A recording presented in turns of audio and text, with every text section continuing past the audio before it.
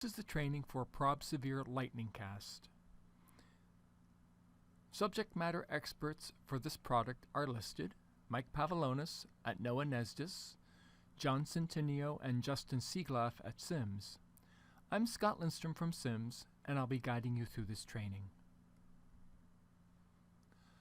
LightningCast is part of the ProbSevere portfolio. You might be familiar already with ProbSevere versions 2 and version 3. The subject of this training is lightning nowcasting. This is a machine learning tool that tells you whether or not lightning is likely to occur in the next 60 minutes. That is, given current observations, what is the likelihood of lightning occurring? This algorithm has been trained using past data. Your eye has probably been drawn to the animation of the day-cloud phase distinction RGB over Iowa with GLM data overlain on top of it. ProbSevere LightningCast is an ABI-based machine learning model that predicts when the gridded GLM will observe lightning up to 60 minutes in the future. It's based on the ABI cloud imagery. The input to this algorithm are ABI bands, and the output is a probability that lightning will occur. Human eyes and brains already do this. When you look at the color changes in the day-cloud phase distinction RGB, you might be saying, oh, it's looking like it's getting ready to cause lightning because the color changes are related to glaciation in the cloud. Once you see the glaciation in the RGB, then you know lightning can occur in the cloud. How does this lightning probability work? It takes observations of the ABI bands, including those used operationally in convective situations, such as that day-cloud phase distinction that I just showed you. It takes observations of lightning from GLM, and it uses both of these to create a predictor based on ABI data on when lightning will occur. The genesis of the development of this was a request that came from OPC and WPC for predictive information about lightning over the ocean. How does this work? The input to the algorithm are 4 ABI bands. Bands 2, 5, 13, and 15. That's on Go 16. Band 15 is not used on Go 17 because of limitations due to the malfunctioning loop heat pipe instrument that's on Go 7. The output are probabilities. The probability that the GLM will observe lightning in the next 60 minutes given what the ABI bands are observing right now. We see probability contours of 10, 25, 50, and 75%. This works day and night, and it's applicable to the meso and conus domains. It's not yet applied to the full disk, mostly due to RAM issues on a computer. Why is LightningCast needed? The LightningCast activity was initiated in response to an OPC request.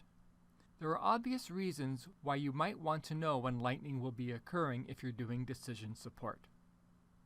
Some of them are listed here. This 0 to 60 minute GLM nowcast is the baseline LightningCast capability.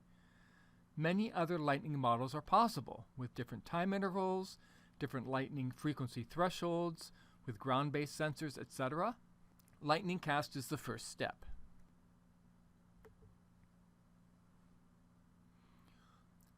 I'll let this animation play for a bit.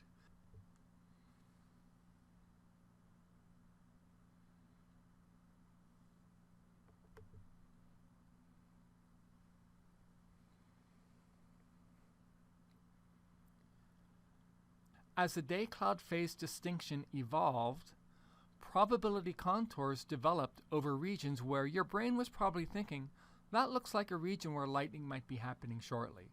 Lightning events are occurring where the probabilities are very high. I'll play it one more time.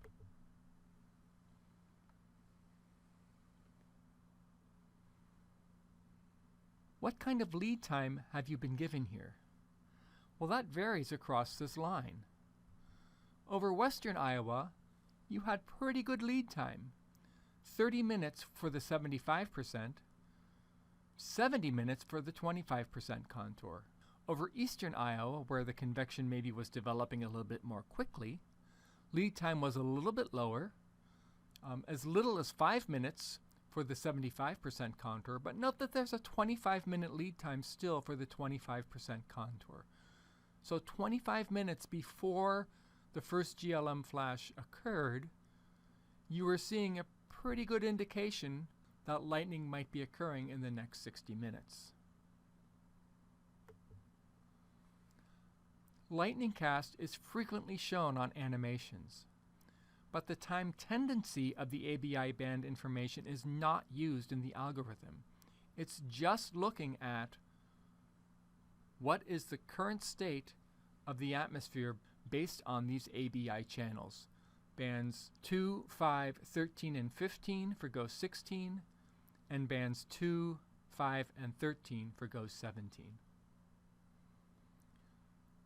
A nice thing about LightningCast is that you get a spatially coherent signal that often precedes early radar indicators of convection occurring and of lightning initiation. The ABI channels are giving information to this algorithm of where the convection might be producing lightning within the next 60 minutes before there's even any radar signal to be seen. Here's an example of a IDSS event over Alabama called Rock the South. The location of this event is within that red circle and isn't a probabilistic estimate of when lightning might be occurring useful if you're doing IDSS for this event. And not only is it useful for the beginning of the event, but you also get information about when lightning might be ending as well, because the probabilities of lightning occurring are tailing off as the convection moves off to the east. So it gives you information on both sides of the event that you can use. This shows verification, the critical success index for LightningCast for a probability threshold of 40%. You might recall that when I showed you the animations, the values were 10, 25, 50, and 75%. This is for a probability of 40%. A couple of things might jump out at you in that image on the left.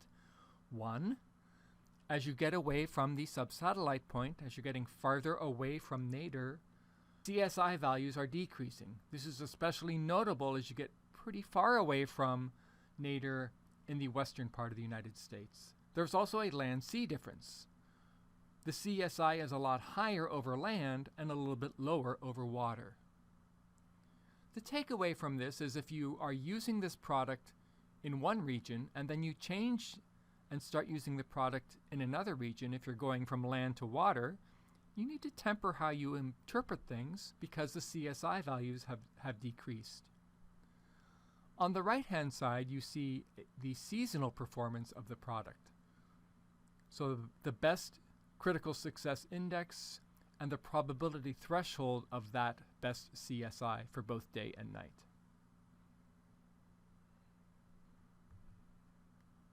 Here's an example of LightningCast with an event over the Gulf of Mexico. This example shows continuous high probabilities where lightning is occurring just to the south of Louisiana. You can also see regions where lightning probability decreases after lightning occurs. So it's showing fairly high values when lightning is occurring, and then this storm is diminishing and LightningCast probabilities decrease. Not all of the 75% contours here are showing lightning, however. Here's another example from over land underneath a cold core low. Which of these regions of enhanced probability end up with lightning? Look at the region near Toledo, for example. You get LightningCast probabilities briefly of 75%. Lightning is not observed in that region, however. What do you think is going to happen in the region over southwestern Indiana, where at the beginning of the animation there's a little bit of lightning? Lightning probability drops and then increases again. So it's up to 75% at 2046 UTC. This shows the 2056 image, 10 minutes after the last image in the previous animation. So there's the 2046 UTC image from the previous. And you do see that GLM observes lightning over southwest Indiana. Near real-time output is available at this link, or you can Google SIMS LightningCast. The data are available at CONUS from goes east, PACUS from goes west, and in the two mesoscans. Data are created pretty quickly. They are available almost immediately after the scan has finished. You can also find training materials here, as well as place files, if you wish to incorporate this LightningCast information for radar overlay. Another nice feature is the ability to create a time series that lets you track how things are changing over time. Here's a summary of this training and some brief comments on the next steps. I'll let you read this mostly. LightningCast was developed to allow a forecaster information about when lightning might occur within the next hour. A particular strength of it that I really like is that it shows information before you even have radar echoes sometimes. Again, this uses bands 2, 5, 13, and 15 on GO 16, and just bands 2, 5, and 13 on GO 17.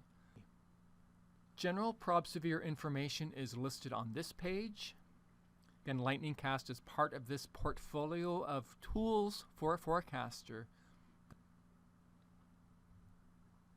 If you have any questions on this product, the subject matter experts' emails are listed on this slide.